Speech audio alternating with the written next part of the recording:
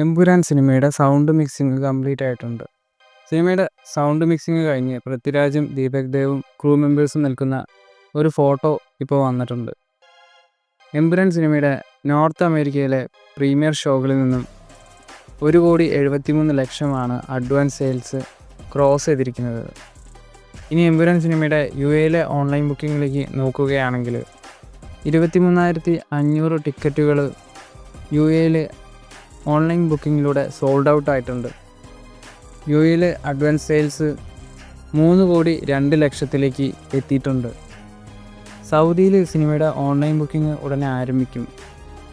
സൗദിയിൽ സിനിമയുടെ ബുക്കിംഗ് വൈകാനുള്ള കാരണമായിട്ട് പറയുന്നത് സിനിമയുടെ മലയാളം വെർഷനും ഹിന്ദി വെർഷനും ഒരുമിച്ച് എത്തിക്കാനുള്ള തയ്യാറെടുപ്പ് കാരണവും സിനിമ ഇതുവരെ സൗദിയിൽ സെൻസറും ചെയ്തിട്ടില്ല. എന്തായാലും സൗദിയിൽ വരുന്ന ദിവസങ്ങളിൽ സിനിമയുടെ സെൻസറിങ് നടക്കും. UAE, Kuwait, Bahrain, Qatar, Oman എന്നിവിടങ്ങളിൽ സിനിമയുടെ സെൻസറിങ് കഴിഞ്ഞിട്ടുണ്ട്.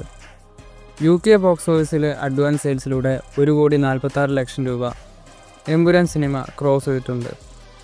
ഓവർസീസിൽ എമ്പുരാൻ സിനിമയുടെ പ്രീസെയിൽ 9,65,00,000 എത്തിയിട്ടുണ്ട്. ഓവർസീസിൽ ആൾ ടൈം പ്രീസെയിൽ റെക്കോർഡാണ് എമ്പുരാൻ സിനിമ നേടിയിരിക്കുന്നത്. ഇനി സിനിമയുടെ വേൾഡ് വൈഡ് പ്രീസെയിൽ കണക്കുകളിലേക്ക് നോക്കിയാൽ 11,20,00,000 രൂപയാണ് എമ്പുരാൻ സിനിമയുടെ ഇതുവരെയുള്ള വേൾഡ് വൈഡ് പ്രീസെയിൽ കളക്ഷൻ. 21-ാം തീയതി കേരളത്തിലും സിനിമയുടെ അഡ്വാൻസ് ബുക്കിംഗ് ആരംഭിക്കും.